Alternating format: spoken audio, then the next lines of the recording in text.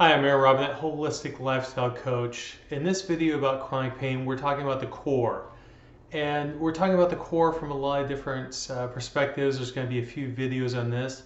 And this one is the common thought that, okay, to work the core, you need to do a bunch of crunches and your back should be better. For instance, for one area.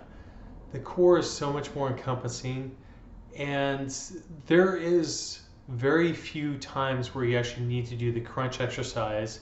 And specifically what I'm talking about is laying on the floor on a stable surface and doing that little crunch movement where you're working your upper abdominals.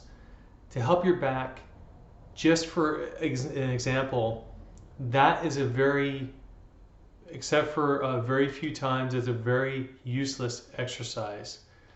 To work your core, you really need to have an encompassing, dynamic process. Now, with that, when I say that there's a couple times where you actually need to use an exercise like that, it could be that you're so weak in a particular spot that you need to isolate that area.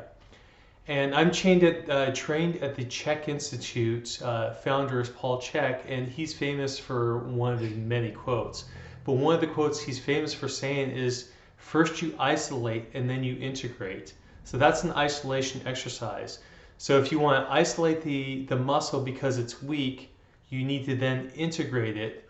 And that's not what most people do. They isolate, isolate, isolate, and then they can't figure out why they hurt themselves in the gym or they hurt themselves somewhere else. So if you're doing a bunch of crunches, I actually recommend that you stop no matter how well they make you look.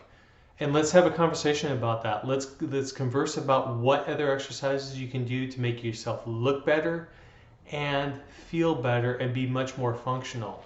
So I'm willing to have that conversation with anybody. So if you're watching this video and you want to have a few tips, just freebies of what to do to make things more functional and not lead to chronic exercise, give me a call, connect with me on this video, and let's have that conversation.